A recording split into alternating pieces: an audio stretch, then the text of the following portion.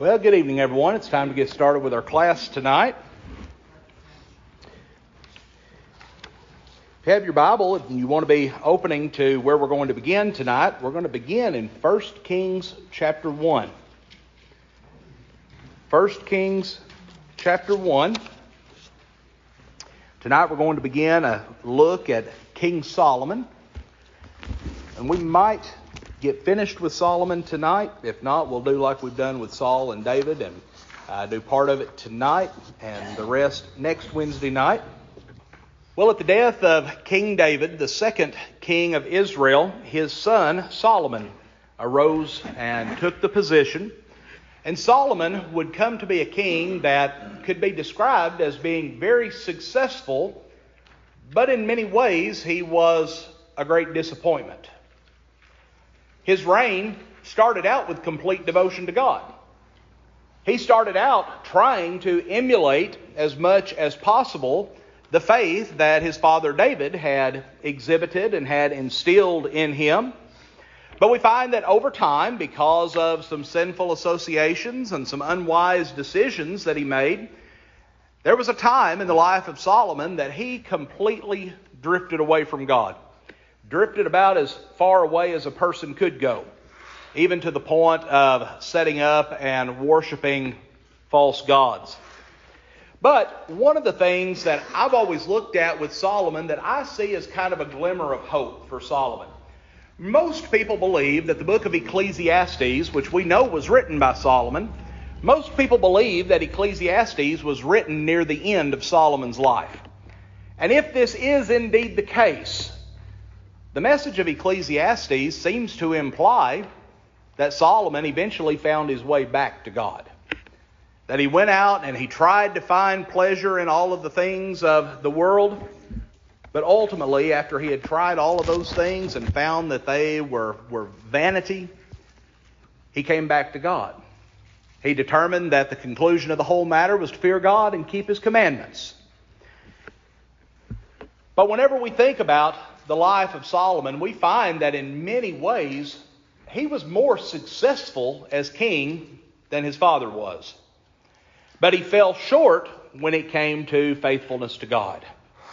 He was not as faithful as David had been, and ultimately, regardless of how successful he was in other areas, he fell short of the greatness of his father because of the sinful decisions that he made.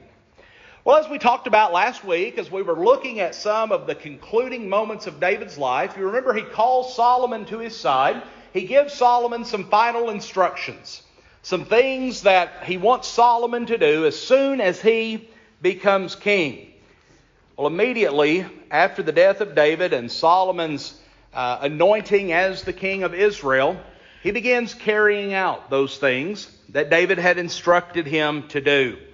One of those was he was to finally take care of a threat that David had faced during the time of his reign. And this was a threat that had come from one of his own sons. A man, as we talked about a little bit last week, a man by the name of Adonijah. As David got older and began to get weak, Adonijah tried to position himself as being the one who would become king.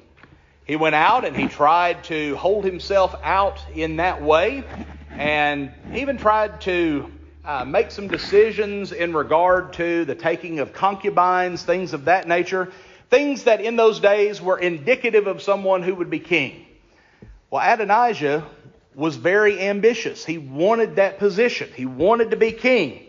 But after Nathan the prophet and Bathsheba came to David, let David know what was taking place, and reminded him that Solomon was the one who was supposed to be king, David made a proclamation and went ahead and announced prior to his death that Solomon would be the one who would arise to the throne. But we find that even though this kind of settled the issue for a while, after Solomon became king, he continued to have some issues with his half-brother. He continued to engage in what we might consider some unscrupulous political maneuvering, tried to cause some problems for his brother. And so David, basically the way that he had instructed Solomon was to treat him wisely. He didn't say one way or the other what to do. He said, just make sure you handle this right. Well, Adonijah probably felt that Solomon's youth and inexperience would cause him to just overlook these things, or that he would be a pushover and would be able to, Adonijah would be able to claim the throne. But Adonijah underestimated Solomon. This man who even his own father, before his death, acknowledged that Solomon was truly a wise man. Well, what ended up taking place? In 1 Kings chapter 2, verses 23 through 25, as a result of all of the things that he had done, all the insubordination both to David and to Solomon, Solomon made the order that his brother Adonijah was to be put to death. Well, next, we read of a man, and I may not pronounce these names right, but we read of a man by the name of Abiathar, who was a priest. And Abiathar, he had tried to assist Adonijah with claiming the throne. Well, rather than kill the priest, Solomon decides that he's going to do something that, for a man in that position, would probably be even worse than death. He banished him from the kingdom of Israel and stripped him of his priesthood. Well, we find that ultimately what took place, this was a fulfillment of a prophecy from Samuel that we find in 1 Samuel 2, verses 31 through 35, that stated that eventually the priestly line would be completely cut off from the family of Eli. Well, Abiathar was the last of the descendants of Eli who would serve as a priest. And so this action on the part of Solomon fulfilled that prophecy from Samuel. Well then, while all of this is going on, Joab, he finds out what's going on, and he starts getting worried. He realizes, because of the things that he had engaged in, he realized that he was, so to speak, on Solomon's hit list. He knew that his life was in danger. But also, Joab saw what happened with Adonijah. He saw what happened with Abiathar. Well, Joab had been an ally of these two men as well. So Joab, he does something very interesting. It says that he goes into the temple and he takes hold of the horns upon the altar. And he basically is there thinking that no one will come into this place that he saw as a holy place. No one's going to come in here and do anything to me. This is holy ground. And so he's going in there, he's making his stand. Well, Solomon basically says, well, I'll show him. And Solomon gives orders for some of his men to go and to kill him right there at the altar. If that's what it took, that's what was going to happen. And Solomon said that this had to be done in order to take away from me and from the house of my father the innocent blood which Joab had shed. And so this was ultimately the vengeance that was coming upon Joab, because you remember Joab was the one who had killed Absalom. Absalom was not to be killed. His father had given that order. Well, Joab was the one that took it upon himself to go against David's command. Well, David told Solomon before he died, and I'm paraphrasing this. David told Solomon before he died, he said, Solomon, you make sure that Joab does not go to the grave in peace. You make sure that he meets a tragic end for what he has done. And that's what took place. Justice was done. The blood of the innocent was avenged. Well then, and we just briefly mentioned this in our summary last week, then you had a man by the name of Shimei. Shimei, he was a man who was a descendant of Saul. And when David had to leave Jerusalem during the time of Absalom's rebellion, Shimei had joined in with Absalom's rebellion by placing a curse upon David. So here you have a man who is positioning himself as an enemy of David. But then, after this rebellion has been ended, David comes back to Jerusalem, comes back into power. Shimei comes to him and begs for mercy. We read about this in 2 Samuel 19, 18 through 23. Well, on this occasion, David extends that mercy to him. He doesn't take his life. But on his deathbed, David reminded Solomon about Shimei's guilt. And just as he had done with Adonijah, he encourages his son, you're going to have to deal with this situation, but make sure you handle it wisely. So once again, no charge one way or the other of what to do. He says, but this is something you're going to have to deal with. You're going to have to settle this in some way. So notice what Solomon does. He does something that I think is very wise and very fair. He goes to Shimei and he tells Shimei, he says, you know what, I'm not going to take your life. He says, I will allow you to live under one condition: you never leave the city of Jerusalem. Basically, the way that I look at that, he says, you're going to stay put so that we can keep an eye on you and know what you're engaging in. Well, initially, Shimei agreed to that. More than likely, he was very receptive to not losing his life. But then the day came that two of Shimei's servants ran away. And Shimei, along with a couple of other men, went out looking for those servants and left the city of Jerusalem. Well, when Solomon found out about it, he confronted Shimei, and Shimei was executed for going against this rule that had been set. Well, after this took place, most of the threats that had come against Solomon were silenced. And the nation of Israel was now going to enter into a period of great peace and great prosperity.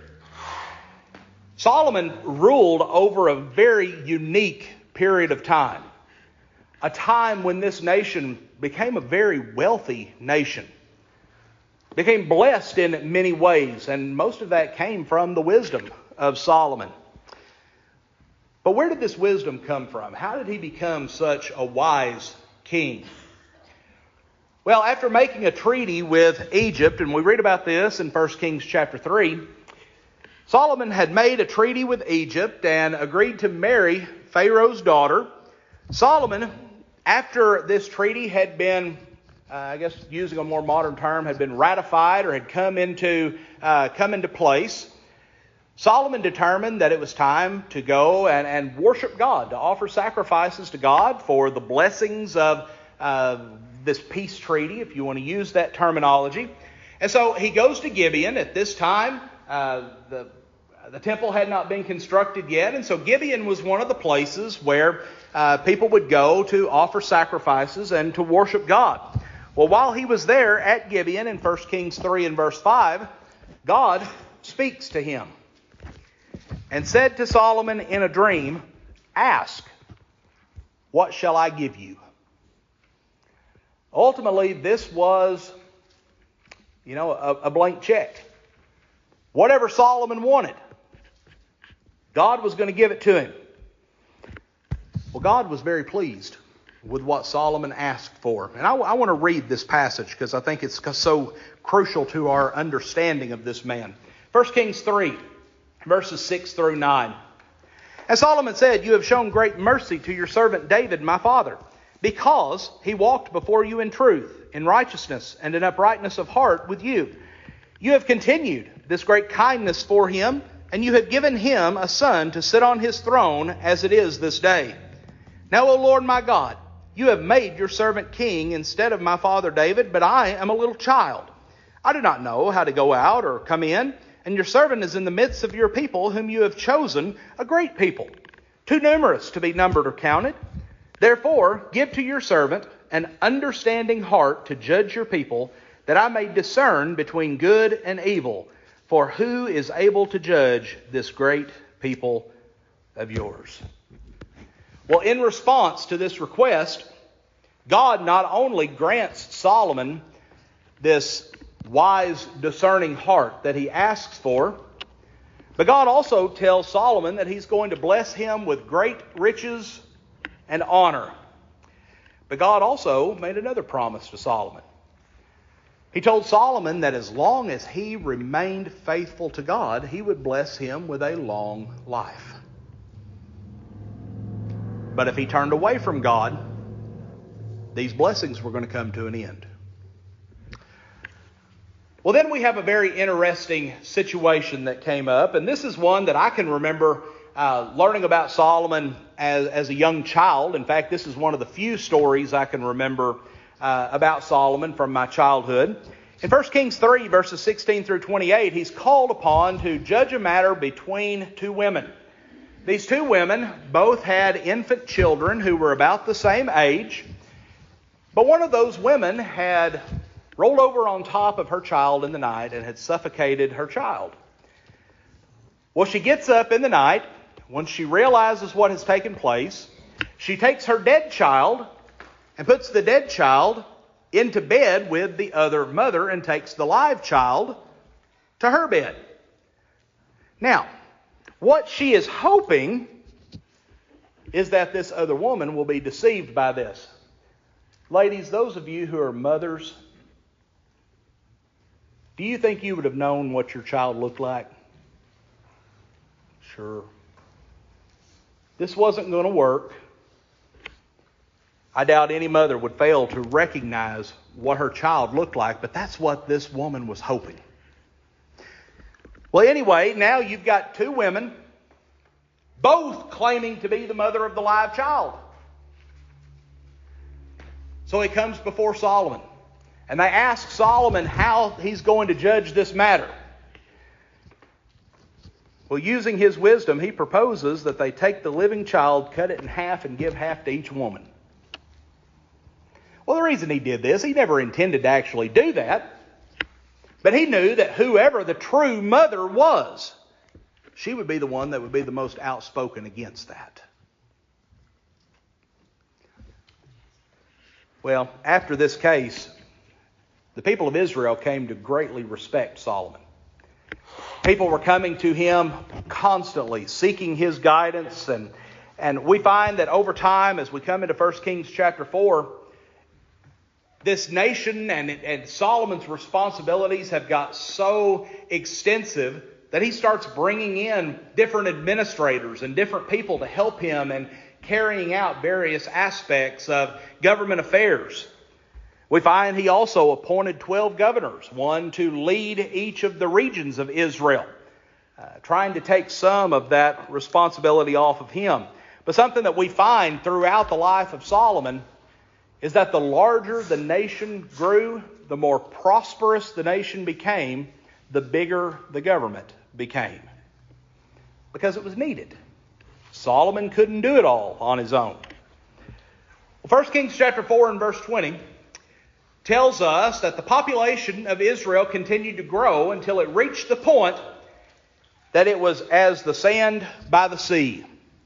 Well, you remember back in Solomon's request for wisdom, he mentioned the fact that the people of Israel at that point were too numerous to count. This was a very fruitful nation. They were growing by leaps and bounds. By this time, the boundaries of the nation stretched all the way from the Jordan River all the way down to Egypt. It was a very large kingdom. But also, we find that Solomon became so respected and so revered by the nations that were surrounding Israel that many of the leaders of those nations would come to Solomon for advice, would come and pay tribute to him.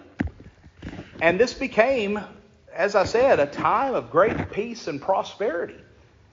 Because all of these other nations, they wanted to be on Solomon's good side. They wanted to be able to call upon his wisdom when needed. But he wisely used the power that was given during this time of peace to build up that nation. And one of the ways that he built up that nation was to build up the strength of the army. Because he knew that that peace would not continue on forever. And we're told that at one time he had stables built with 40,000 horse stalls for chariot horses. And he had 12,000 horsemen that were in charge of these horses and training to do warfare by chariot. But Solomon's wisdom, even during all of this time, even when his fame, or we might say his acclaim, was rising among so many people, 1 Kings 4 and verse 30 tells us that his wisdom excelled the wisdom of all the men in the east and all the wisdom of Egypt. You know, there was a group of people that came from the other side of the Jordan known as the Magi. You know, a lot of times when people talk about them, they refer to them as the wise men. These were men who had studied a large number of different areas, and their knowledge base was very deep. Also, those in Egypt were known for their great intelligence, but it said Solomon was more wise than all of them. Well, during this time, we're also told that men of all nations from all the kings of the earth who had heard his wisdom came to hear the wisdom of Solomon. He was very popular. The wisdom that he handed down, it was good. It was true. And if people followed it, then it would bring blessings to them. But it was also during this time of peace and prosperity that Solomon determined that he was going to finish a project that his father had started the planning of, but was not allowed to carry out the construction of.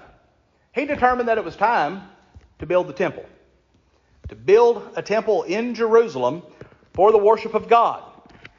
Well, Solomon sent word to a man by the name of Hiram. Hiram was the king of Tyre, which was located in Lebanon. And the purpose of this note or this message that was sent to him was he was asking permission from Hiram to purchase cedar trees from Lebanon. The cedars of Lebanon have always been known in antiquity for their great beauty and their great strength.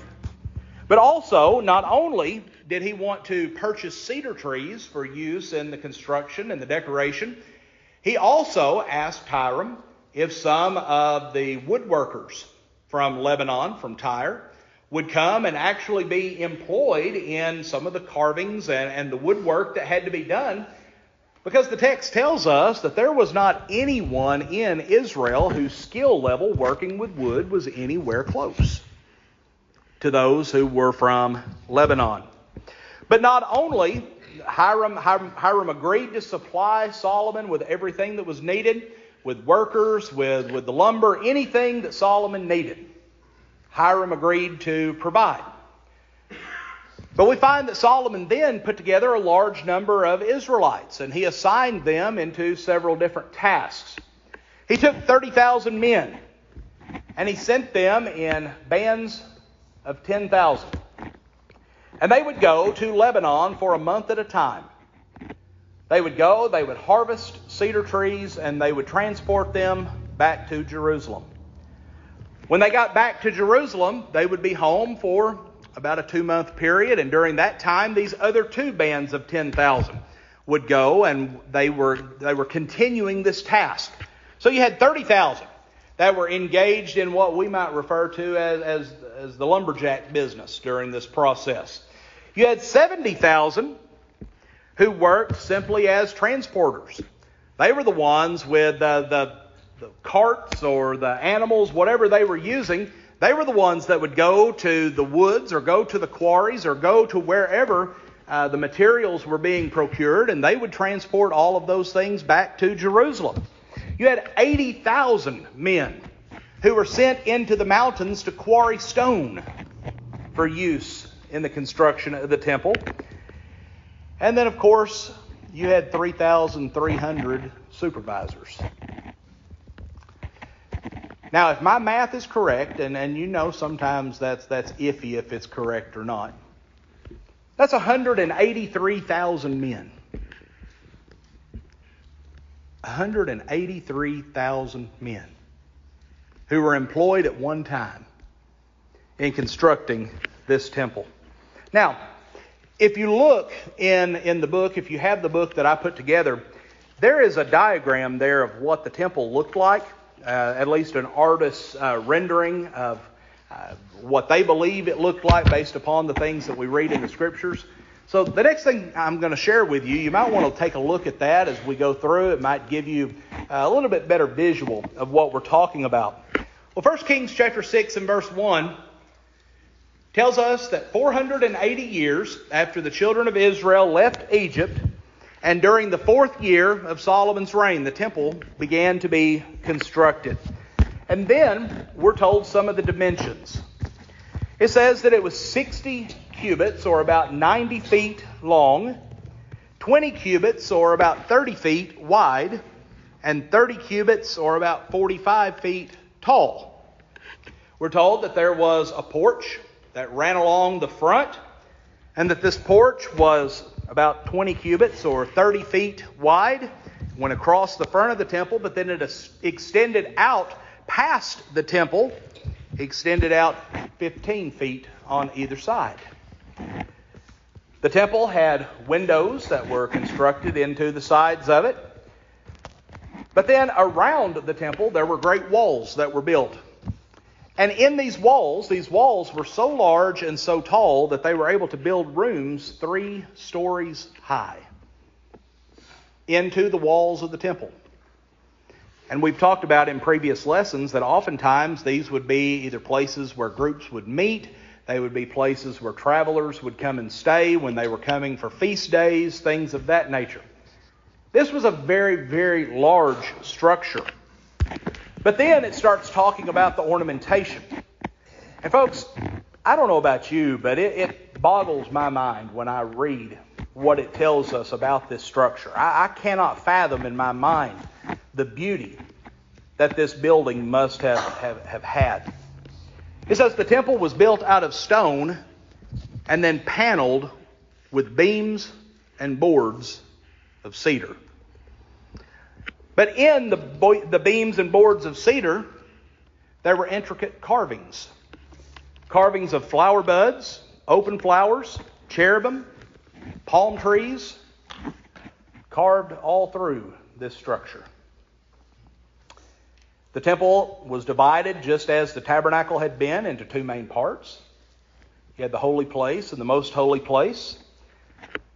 But then the temple was also completely overlaid with gold. Like I said, I cannot fathom something like that. This earth has never seen another structure quite like this. The beauty of this structure, it's so difficult for us to imagine. But also, while the temple was being constructed, Solomon also set about building his own palace. We're told that it was a very extravagant structure as well. It was made out of the same materials as the temple. The same cedar boards, costly stones used throughout. No expense was spared in either one of these structures. But then it came time to make the furnishings for the temple. Well, we're told that Solomon had 2 enormous bronze pillars made that would stand at the entrance to the temple. One of those was given the name Jachin, which means he shall establish. And the other was given the name Boaz, which means in his strength. In front of the temple, there was a large wash basin, using a term that we might better understand, a large wash basin that came to be known as the sea or the molten sea. Now, I want you to think about this. He had 12 bronze oxen made out of solid bronze as the foundation for this large bowl. And this bowl was then made out of solid bronze also, And it was so large that it would hold 12,000 gallons of water. Very, very large. But also, surrounding the temple, he also had 10 smaller, the term that the Bible uses is lavers of bronze, or these bowls of bronze. And each one of them held 240 gallons of water. And so all of these were very, very large items. And of course, they would be used for the ceremonial washing of their hands, the cleansing that would take place before any type of activity would take place of a worship or a sacrifice nature there in the temple. But in addition to all of this, and we don't have time tonight to go through and read all of the things that the Scriptures tell us that were crafted for this building. But we find that inside and outside of this building, no expense was spared.